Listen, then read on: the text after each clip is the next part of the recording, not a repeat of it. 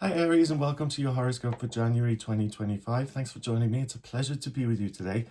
My horoscopes are based on the UK time zone, and please watch them in this order: rising sign first, then sun sign, and finally for your moon sign. So I'm going to break January down into 4 weeks, and I'm going to pay particular attention to the moon, how it moves through your chart, and how it influences you. And before I get going, I just want to mention that January is a great month for stargazers. So on Friday, the 3rd of January, you could see Venus, the planet of love and beauty and creativity, really closely to the crescent moon. And the moon is your heart, the way you feel. So I really saw that as a symbol of hope, especially after the black moon in Capricorn that we had on the 30th of December. But if you look at what those two things mean, Venus, love and creativity, and the moon, your home, the year really starts off with a prompt for you to take care of yourself and to love yourself. So I think that's really beautiful. On the 18th of January, you'll see Venus and Saturn, and they'll be really close to each other. They're going to be 2.2 degrees apart from each other.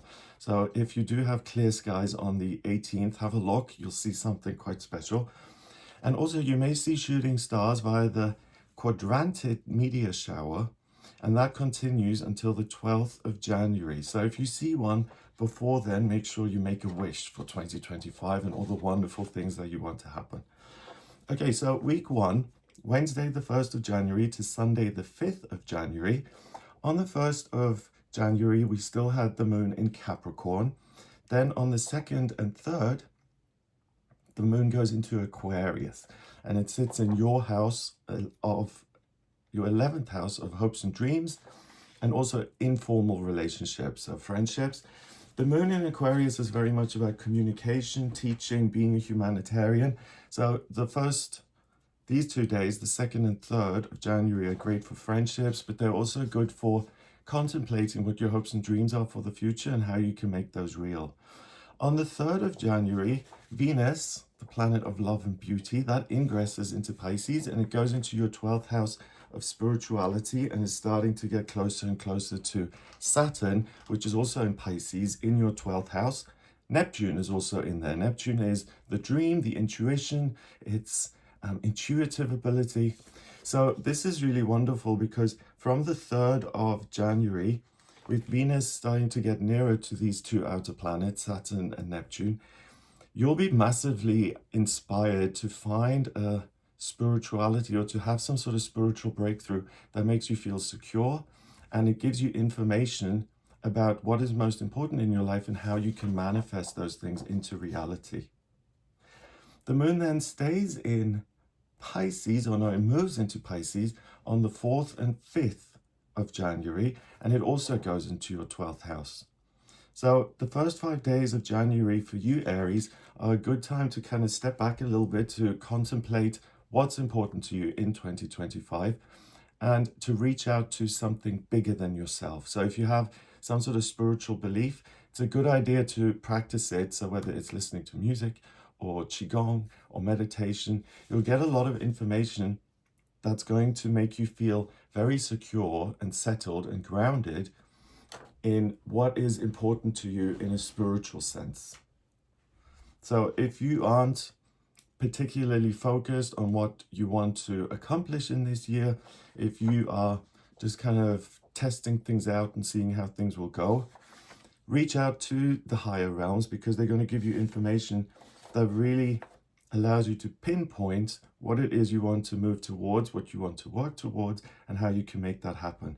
Also, please remember that from the 6th of December last year until the 23rd of February 2025, Mars is in retrograde, and Mars is the planet of masculinity and drive.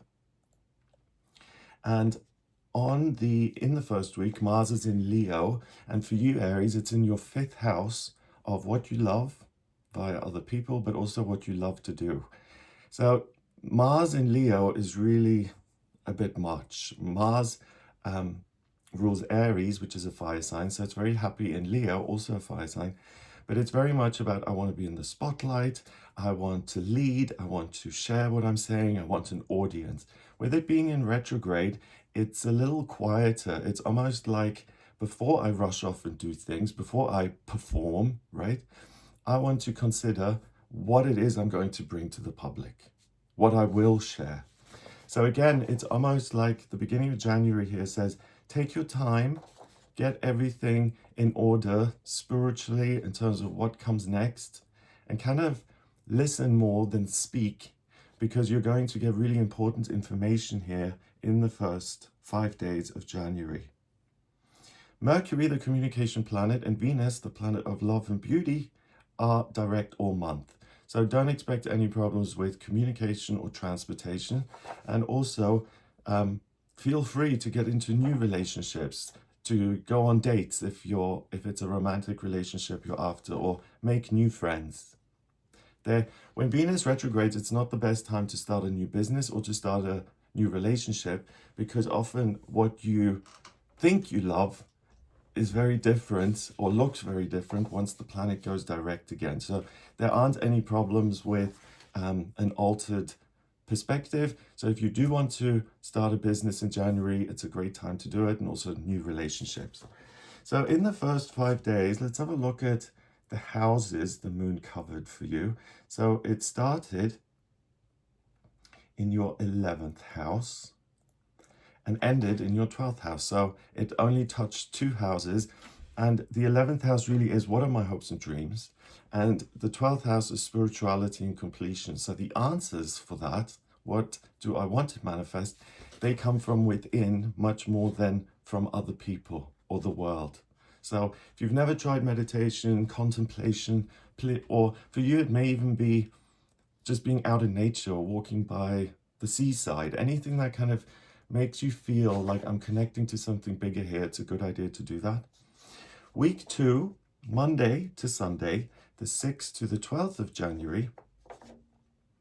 On the 6th and 7th, we have the moon in Aries, and it's now in your first house of self, and it joins the North Node in Aries, Chiron in Aries, and also the transiting ascendant is in your first house. So these 2 days are fabulous in terms of I'm going to get going. I'm going to make it happen now. On the 6th of January, Mars retrogrades back into Cancer, so it moves out of your 5th house and goes back into your 4th house of family, and that's great. I always say that Mars being in Cancer isn't the best placement, because Mars is about, I want things, I want to get things done, right? Me. When it's in Cancer, it's forced to use all of its energy to take care of other people. And for you, it's in the 4th house of your home and your family and the people who are in your inner circle. So with that Mars retrograde, for you, it's really a plus, because it means that your relationships are wonderful and that you can contribute a lot. And it isn't just about you, it's about making other people happy and saying, what could I do for someone that they would really love and enjoy? Also on the 6th of January, the moon reaches its 2nd quarter and it's waxing, so it's getting bigger and bigger on its way to becoming a full moon in Cancer on the 13th of January. But on the 6th, the moon is in your first house of self. So there's this build up, there's a sense that things are getting bigger and brighter, and things are really just, what I mean is the energy is getting stronger. With it sitting next to Chiron in Aries in your first house, there's an opportunity to do things that you feel will heal past disappointments, or you can get engaged with things that you really care about and that you haven't achieved just yet. And with it being next to your North Node in Aries as well, those 2 days, particularly the 6th and 7th, are about, these are my hopes and dreams, I've contemplated enough, now it's time to jump into action. On the 8th and 9th of January, the moon goes into Taurus, and it joins Uranus and Taurus in your 2nd house. So this is really a great 2-day period to consider your income, your securities, if you want to make any changes, if you want to increase your income, all of those things are going to be very possible. And Uranus is chaos. In Taurus, it says, throw your circumstances up in the air, make a change.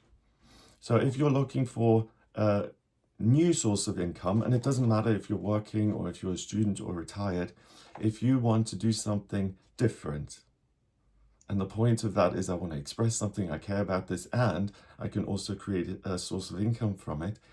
Focus on that on the 8th and 9th. You're really not going to be disappointed with what comes up. And we still have the North Node and Chiron in Aries in your first. So this part of January for you, Aries, it's about getting hands-on and getting things done. On the 8th of January, Mercury, the communication planet, that ingresses into Capricorn, and it sits in your 10th house of career next to your transiting midheaven, Palace, and the Sun in Capricorn. So from the 8th onwards, with Mercury sitting there, I would say until the 27th, when Mercury ingresses into Aquarius and it goes into your 11th house, this is the best time to focus on your work and be super productive. But there's also an opportunity to discover what you really want to do in your working life, if that's something you haven't figured out just yet.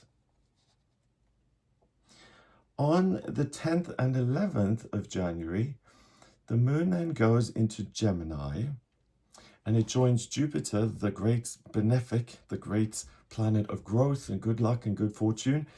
And that is in Gemini too. And they're both in your 3rd house of communication. So those 2 days, the 10th and the 11th, are the days to send off the job application, or to submit the manuscript, or to express what you're really feeling. You'll get your point across very well, very easily.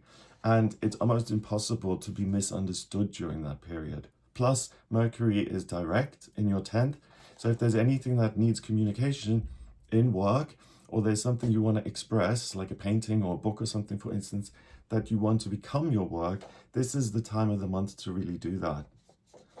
On the 12th of January, the moon goes into Cancer, and it joins Mars in retrograde, also in Cancer, in your 4th. So the 12th and going into week 3, the 13th and 14th, they're wonderful days again for family relationships, spending time with your nearest and dearest, and even allowing yourself to be taken care of, and not just doing all the parenting yourself. And I mean that whether you have children or not. This is a time where you can really consider what's important for another person, or again, what you could do to make them happy and how you can make them feel loved and supported. It's going to be really easy for you. Okay, so in week 2, the moon started in your 1st house of self, in Aries, in your sign. And by the end of the week, it ended up in your 4th house. So this 2nd week, the moon really is in your 1st quadrant. The 1st quadrant is houses 1, 2, 3, and it's about the self. How do I feel about me? What is it that I'm communicating? How am I creating structures in my life that I'm happy with? And then moving in the 4th house, by the end of the week, it's okay, I've done all of this, and now I want to enjoy the fruits of my labors, particularly by being around people I love. Week 3, Monday to Sunday, the 13th to 19th of January. On the 13th and 14th, the moon is still in Cancer. But the interesting thing is that on the 13th of January, we have a full moon in Cancer. And again, it's next to Mars in Cancer in retrograde. So for you, Aries, this full moon is really about understanding, who do I want to nurture and take care of and be there for them. You know what's coming to mind is the 6 of Cups in the tarot, where we have a little girl handing a cup filled with flowers to another little girl, and it's this gesture of, I want to provide you with something beautiful that's going to make you happy. So for you, this full moon on the 13th, but the whole period from the 12th, 13th and 14th really are great for you to enjoy wonderful relationships, but also to start new relationships which will end up as these people are your family. So if you're single and you don't want to be, great time to go on dates. The moon moves into Leo on the 15th and 16th of January, and that sits in your 5th house of what you love and what you love to do work-wise. So again, it's an opportunity to figure out your life purpose as far as work is concerned, but also you'll have a strong desire to experience some passion and to meet a new person and to have a laugh and to do things that you love and enjoy. So this is a 2-day period where I think it's good for you to do anything that pleases you. So whether it's travel or going to Disneyland, or going on a date, or painting your masterpiece. Give yourself an opportunity to do what you love most. It's really going to pay off. On the 17th and 18th, the moon moves into Virgo and it goes into your 6th house. And for you, that's really great in terms of getting your body sorted out. So if you want to change your hairstyle, or if you want to change the way you eat, or you want to look at your wardrobe and change that up. Also, it's good to get on top of things as far as admin and logistics are concerned, and to get everything organized. The moon then goes into Libra on the 19th, and it stays in Libra also into week 4 on the 20th and 21st. But on the 19th, the moon goes into Libra in your 7th house of relationships. And it's next to the South Node in Libra. So, wow, this is a great day for you to, again, go on, to do things that get you out there, so to speak. You know, so whether it's joining a hiking group, or going to play chess, or joining the gamers club. And that's really likely, again, to start a new relationship, whether it's a new friendship or a new gaming partner or whatever it may be. It's something that feels very, very easy on the 19th. So in week 3, let's see which one of the houses the moon moved through for you. It started in your 4th house of family on the 13th, and then it ended up in your 7th house. So again, it's quadrant 2, houses 4, 5, 6, and then it ends with it being in the 7th house. So the second quadrant is really about what makes me feel like I'm at home, what is my body about, my physical health, what are my securities, and also what do I love? Again, work-wise and via other people. And then in the 7th, it makes it really easy for you to, again, connect with communities or people out there in the world and to make a new buddy. Or it's to start a new relationship. Okay, so week 4, and week 4 is a very long week. It starts from Monday, the 20th of January, and it goes all the way through until the 31st of January. So the moon is still in Libra on the 20th and the 21st, so this ongoing theme of relationships are going to be great and easy for you, particularly starting new relationships. It then goes into Scorpio, but before I mention that, on the 21st of January, the moon reaches its 4th quarter, so now it's waning away, and you may notice that as a real sense of calm. And again, if you kind of find, oh, you know, meeting new people causes me social anxiety, or going on a date is terrifying, do it during these 3 days, the 19th, 20th, and 21st. You'll be really happy with how chill you are during those kind of experiences. The 22nd and 23rd, the moon moves into Scorpio, and it's in your 8th house of the authorities and institutions, corporations, churches, religions, that kind of stuff. The tax people, the government. And Juno is next to it. Juno is endless summer, and Vesta is also in there, which is the hearth, the home. Scorpio is about diving deep and really getting to the root cause of something. So if there's anything that needs sorting out in your life, as far as the connection with one of those institutions is concerned, one, you'll know how you really feel about the community or the group.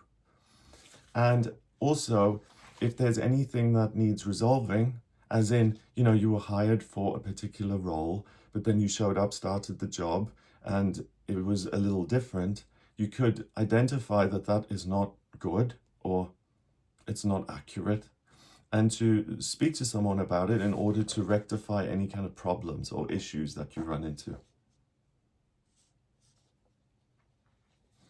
On the 24th, 25th, and 26th, the moon goes into Sagittarius and it moves through your 9th house. So those 3 days are wonderful for travel, education, and exploration. It can be in a practical way by going places you have never been before, or it could be studying something new and looking around at what interests you and where you would like to gain some knowledge and insight. On the 27th, 28th, the moon goes into your 10th house of work in Capricorn. So again, these are 2 days when it's really easy for you to get a lot of work done, to be super, super productive. Also on the 27th, the moon then ingresses into Aquarius and it moves into your 11th house of hopes and dreams. What's also in there is Pluto, the transiting midheaven, and the sun. And they're all in Aquarius. So that stellium is stellium is Stellium. People always ask how to spell it, so I just want to say that. So this is really an opportunity to transform your working life, or especially if you identify through your job, as in I'm a dentist, therefore that is who I am, right? Which I don't think is necessarily what defines you. It's just one aspect of your life. But if you want to transform your work, or you've got a different hope and dream for your life and future, these days, the 27th, particularly where Mercury does go into Aquarius, there's an opportunity to figure out what that is and what changes you want to make. On the 29th and 30th, the moon goes into Aquarius. And no, hang on. What did I say? So the moon is in Capricorn, on the 27th and 28th. Yes. And then the moon goes into Aquarius on the 29th and 30th. And on the 29th, we have a new moon in Aquarius. So I'll make separate videos on the full moon and the new moon. But a new moon is when the moon is pitch black. It pulls a lot of energy in and it gets ready for its next 28-day cycle. And on the 29th, this new moon in Aquarius, again, is in your 11th house of hopes and dreams, next to the transiting midheaven, Mercury, and Pluto. So again, this is the time to figure out, how can I be of service to myself? What can I change and do to realize my own hopes and dreams? On the 30th as well, Uranus, the planet of chaos and the miraculous and the unexpected, that goes direct, so it appears to move forwards again, until the 5th of September 2025. And it's in your second house of money and belongings and securities, and it's in Taurus. So with this going direct until September, it's going to be much easier for you to go out there into the world and to connect with things that provide you with security and income. So Aries, for you, this January is really about figuring out, ideally, in a perfect world, what would I do, whether it's paid work or unpaid work, whether you're 50 or 80 or 15, what I want to work on, what I want to be doing. There are things out there in the world where I can connect with people and institutions, and I can make this either a primary source of income or a second source of income. I'm able to find security out there in the world. So your opportunities and the ability to find things that make you feel abundant and prosperous really, really improve from the 30th of January until September. And then finally, on the 31st of January, we've got the moon going into Pisces, and it joins Saturn, Venus, Neptune, and your North Node in Pisces in your 12th house, which is amazing because that's a very quiet day of inner contemplation and saying, this is my dream for my future. And I'm able to accomplish it by doing A, B, C, or D. And the higher realms are going to give you the exact action steps you can take to make things real. So let's see which houses the moon covered in this huge last week of January. So on the 20th, it started in your 7th house of relationships. Then it goes all the way over until the 31st into your 12th house. So it's covering quadrant 3 and 4, basically the top half of your chart. And the top half of the chart has to do with the public, the outside world. The bottom half of the chart, quadrants 1 and 2, are about the inner world, or home and securities, and what makes you feel rooted and grounded. So the final week of January for you, Aries, is really about putting yourself out there, whether it's dealing with institutions or your work, or realizing what your hopes and dreams are. It's very much about saying, I'm not going to hide away. I'm going to engage with everything that exists in my life right now, and I'm going to see what that offers me. So that's what I see for you in January 2025. I hope you have a fabulous month. If you'd like a personal reading with me, please get in touch via the website. It's gregoryscott.com. When you get to the website, just scroll down a bit until you get to the button that says book your reading. Click on that to order your reading with me. And check out some of my other videos that I do on this channel. If you like this video, give it a thumbs up, please. That helps it show up in the searches. Subscribe for more videos. And if you'd like to watch the daily tarot reading that I do on this channel, then please become a member. Hope you have a wonderful month, and I'll speak to you soon.